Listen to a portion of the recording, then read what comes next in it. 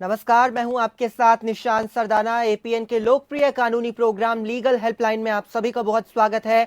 इसमें हमारे कानूनी विशेषज्ञ रोजमर्रा की जिंदगी की समस्याओं से जुड़े कानूनी मसलों पर आपकी शंकाओं का समाधान करते हैं।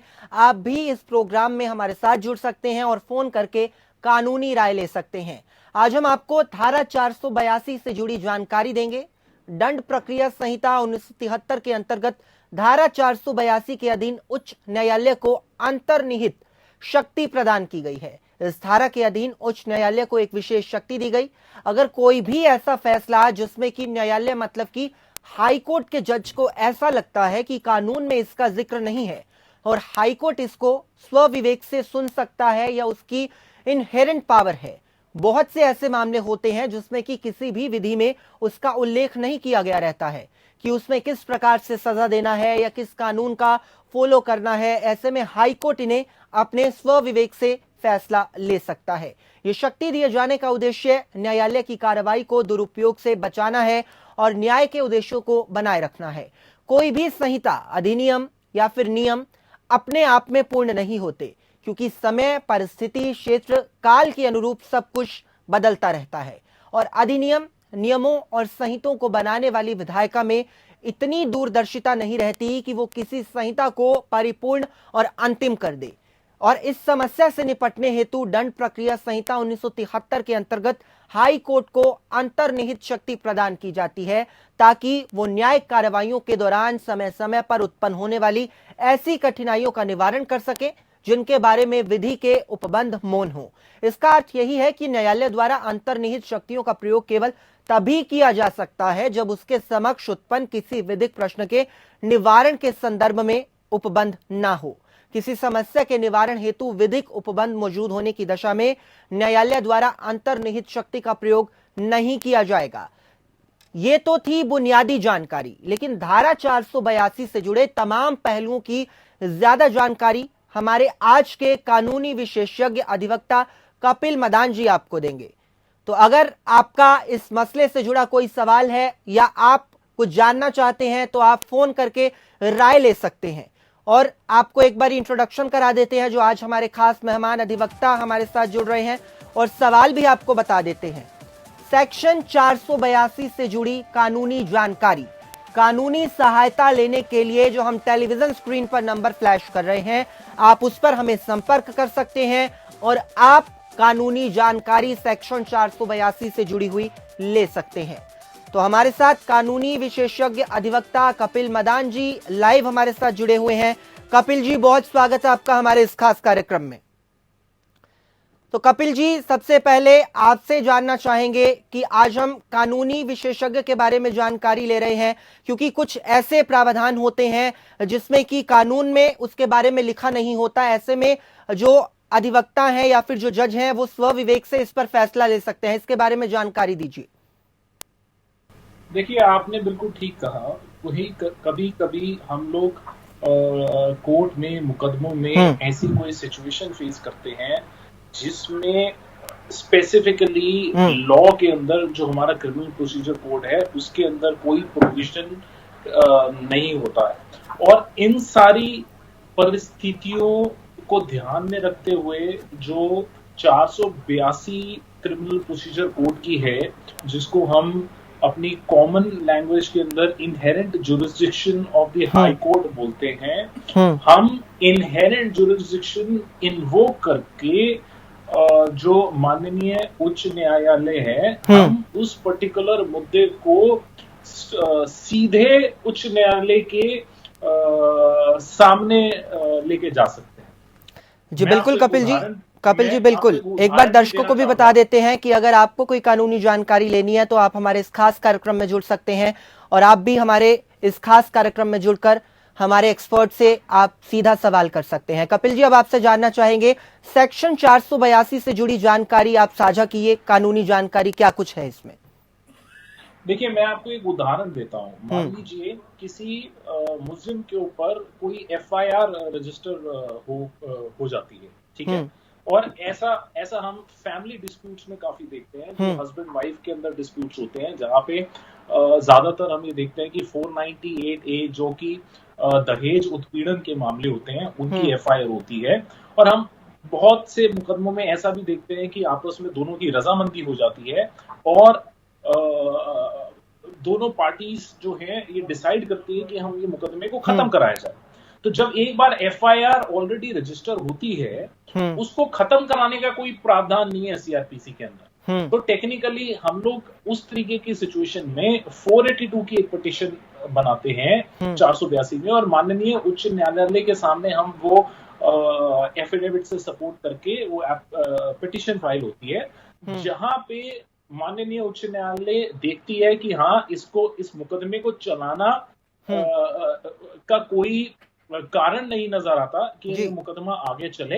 तो इसलिए ये सबके हित में, जुडिशियल टाइम के और पार्टीज के हित में है कि हम इसको खत्म कर दें।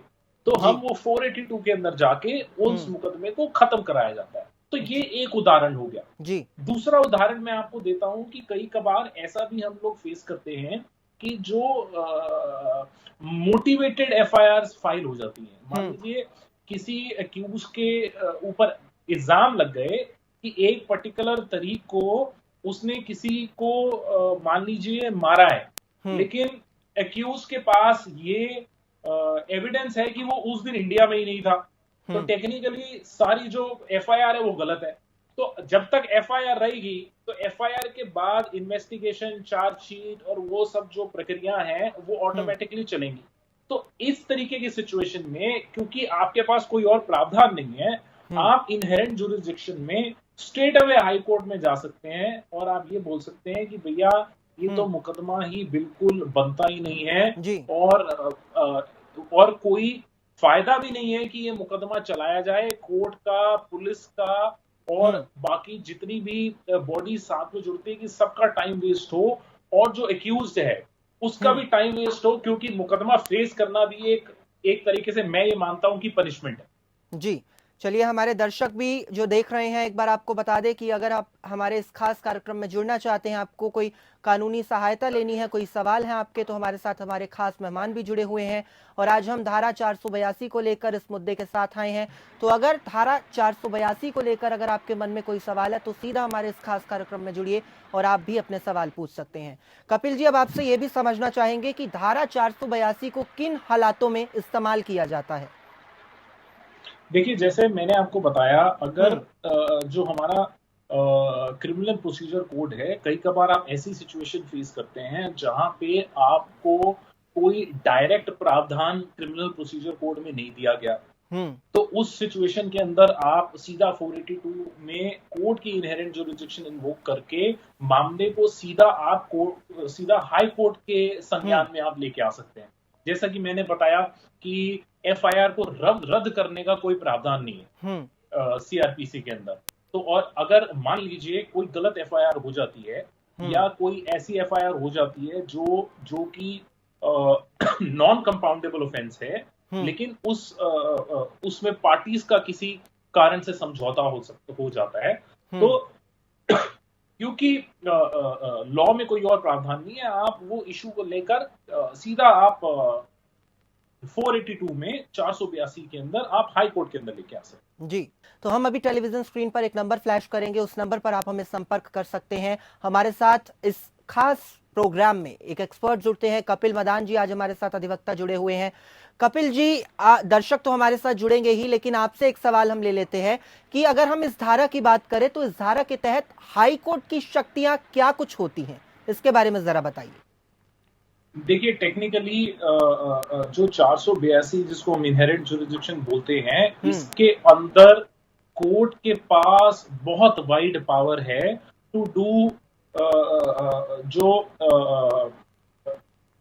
किसी भी तरीके की सिचुएशन में जहां पे कोर्ट की कंसाइंस अगर हिट होती है तो कोर्ट टेक्निकली किसी भी तरीके का ऑर्डर पास कर सकती है in the interest of justice.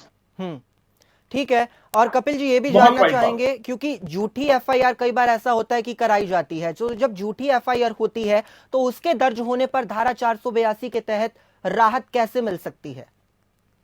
देखिए, जैसे कि मैंने आपको एक एग्जांपल बताया कि अगर आपके पास कुछ इस तरीके का एविडेंस है जी जो जो जो टेक्निकल टर्म पे हम बोलते हैं कि अनइम्पीचेबल कैरेक्टर है। मान लीजिए अगर किसी ने एक पर्टिकुलर डेट के एलिगेशन लगाए और ये दिखा दिया कि इस पर्टिकुलर डेट पे ए ने बी को कोई बॉडीली इंजरी पहुंचाई या कोई नुकसान पहुंचाया, लेकिन बाद में पता लगा कि ए तो उस डेट पे हिंदुस्तान में नहीं था, जी तो ये एक अनइम्पीचेबल कैरेक्टर का एविडेंस है। तो इस तरीके की सिचुएशन में आप हाई कोर्ट की जो 482 के अंदर कोर्ट की इनहेरेंट पावर्स हैं, आप वो इन्वोक कर सकते हैं और आप जी कोर्ट को बता सकते हैं कि ये तो ये एफआईआर का चलना ही अपने आप में एक बहुत बड़ी इनजस्टिस होगी और ये फिट केस है जहां पे कोर्ट अपनी इनहेरेंट पावर यूज करें और इस एफआईआर को इनहेरेंट पावर यूज करके खारिज करें। तो रमेश जी हमारे साथ एक कॉलर अयोध्या से फोन लाइन पर जुड़ चुके हैं। रमेश जी अपना सवाल पूछ सकते हैं आप, क्या आपको कानूनी सहायता चाहिए? आप अपना सवाल रखिए। जी मैडम जी, जैसे हमने विदाई का दावा किया था तो उनने भी जो है उत्पीड़न का केस कर दिया हमारे ऊपर। ये तो हमारे साथ ज्यादा दिन नहीं रही है। कपिल जी इन्होंने सवाल पूछा है, आप रिपीट करेंगे? मेरे को आवाज इनकी ठीक नहीं है। अगर रमेश जी दोबारा सवाल बोलिए। जैसे हमने जो है विदाई का दावा किया था तो उनने जो है मारपीट का और जो है मारपीट का उसके बाद जो है विदाई मारपीट उत्पादन का केस किए हैं कि हमें मारते हैं ले जाके। इन पर तो झूठा मारपीट का आरोप लगाया गया है, इसको लेकर इनको सहायता चाहिए, ये आपसे समझना चाहते हैं।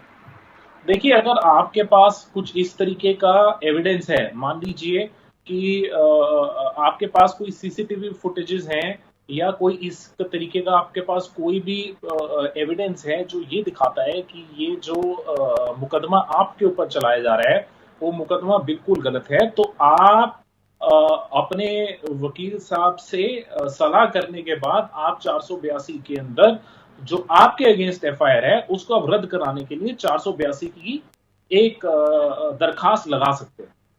चलिए रमेश जी बहुत शुक्रिया, उम्मीद करते हैं कि आपको जो आप सवाल की सहायता ढूंढ रहे थे वो आपको जरूर मिली होगी। कपिल जी अब आपका सीधे रुख करते हैं, आपसे अब ये भी समझना चाहेंगे कि धारा 482 गिरफ्तारी से कैसे बचाती है, किन दस्तावेजों को धारा 482 की शिकायत के साथ रखा जाता है?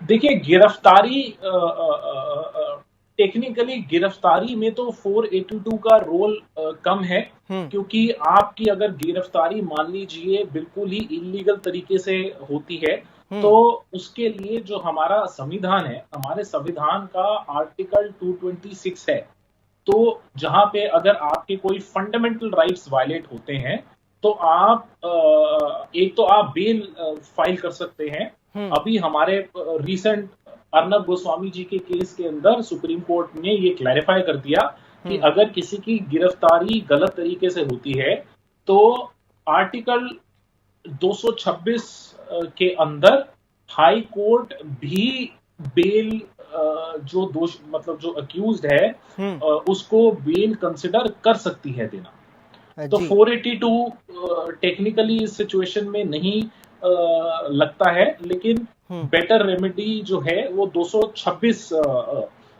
है संविधान की। ठीक है, तो लगातार हम देखिए ये सवाल भी टेलीविजन स्क्रीन पर फ्लैश कर रहे हैं, ये नंबर भी फ्लैश किया जा रहा है, तो अगर आपको कोई भी कानूनी सहायता लेनी है, कोई राय लेनी है हमारे एक्सपर्ट से, तो आप सीधा हमारे इस खास कार्यक्रम में जुड़ सकते हैं। टेलीविजन स्क्रीन पर जो आप नंबर देख रहे हैं उस नंबर पर आप हमें संपर्क कीजिए और हमारे इस खास कार्यक्रम में जुड़िए। कपिल जी अब ये भी समझना चाहेंगे, क्योंकि अगर कोई रद्द करने वाली याचिका होती है उसमें अंतरिम आदेश पारित करने के लिए हाई कोर्ट की शक्तियों का दायरा क्या होता है?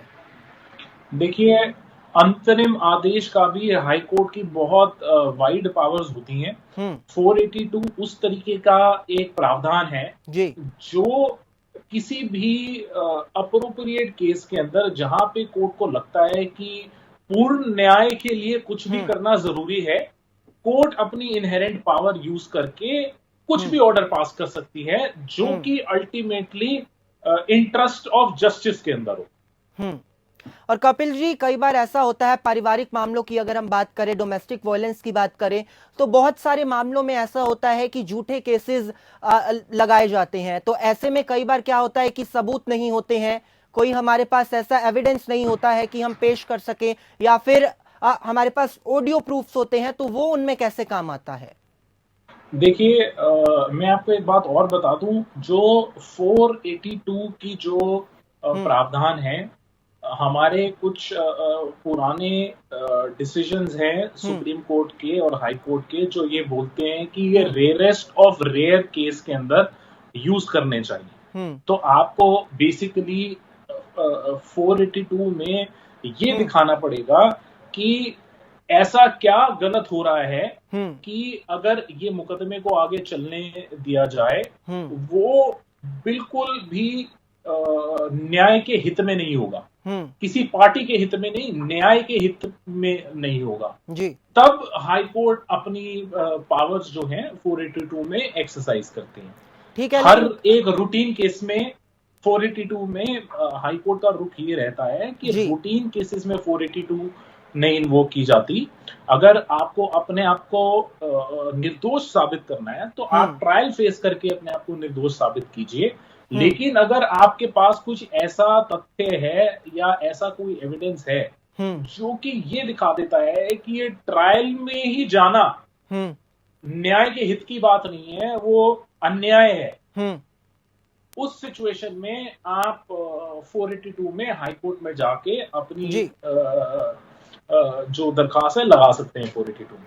जी, चलिए, बहुत शुक्रिया कपिल जी, आप हमारे साथ जुड़े और आपने 482 धारा के बारे में विस्तार से हमें जानकारी दी, और दर्शक भी हमारे साथ जो जुड़े उनका बहुत बहुत शुक्रिया, आप हमारे इस खास कार्यक्रम में जुड़े। तो फिलहाल के लिए हमारे इस खास कार्यक्रम लीगल हेल्पलाइन में इतना ही। देश और दुनिया की तमाम खबरों से जुड़े रहने के लिए आप बने रहिए एपीएन के साथ। नमस्कार।